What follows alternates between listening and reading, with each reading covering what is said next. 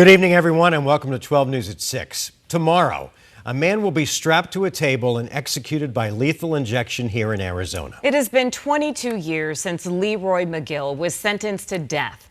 Our Sean Rice is here with an exclusive look back at his crimes through the eyes of the lead detective who helped put him away. And Sean, this is one of those crimes that if you're the detective, if you're someone who worked the case, you carry it with you for the rest of your life. Yeah, over 2 decades since this crime was committed, but for former Phoenix Police homicide detective Tommy Kulesa, he remembers many of the details from the early morning hours of July 13th, 2002. That's the morning he responded to a large apartment fire in the Sunny Slope area of North Phoenix.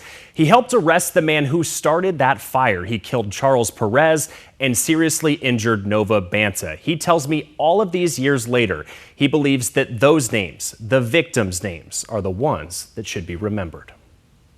We got dispatched out to a fire, a structure fire with people that have been injured inside, and the fire, we were told, was deliberately set. Tommy Kulesa and a team of homicide detectives responded to this duplex in North Phoenix, burn scars marking the exterior of the units. Living inside as the blaze was set, Charles Perez and Nova Banta. At the time that we arrived, no one was deceased yet.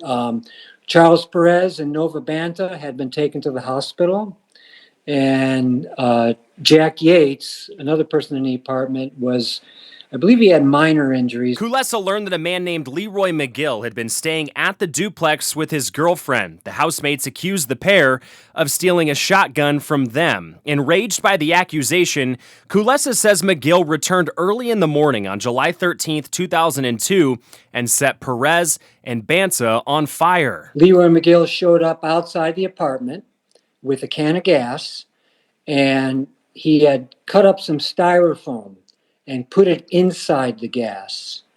And what that does is the gas dissolves the styrofoam basically, and it turns it into like a gel, like a gel-like substance. And what that does is it makes the subsequent fire, burn hotter and harder to put out. He then threw the gasoline on Charles Perez and Nova Banta and lit him on fire. Perez would pass away at the hospital, and Nova Banta would survive with burn injuries to 75% of her body. 2 years after his arrest on first-degree murder, McGill was convicted. Court records say the jury deliberation lasted less than an hour. At the penalty phase, the jury then sentenced him to death. Do you believe that what Leroy McGill did that morning is worth a death sentence? I'm of the belief that my opinion doesn't matter on it. I believe in a case like this, to me, the only people that opinions matter are Charles Perez's family, Nova Banta and her family, and Leroy McGill's family. I mean, even though he did what he did, his family is losing one of their family members.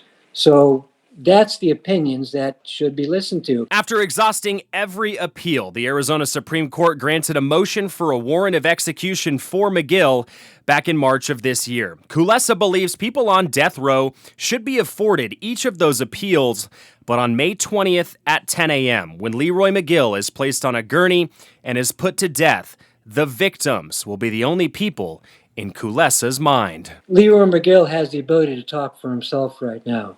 Charles Perez doesn't. And McGill's execution will take place tomorrow morning at the prison complex in Florence. Inside, I will be a media witness inside the death chamber as McGill takes his final breath. We'll be live from Florence tomorrow morning on Today in AZ. We'll also have a full recap on the evening editions of 12 News. Mark. Sean, thanks.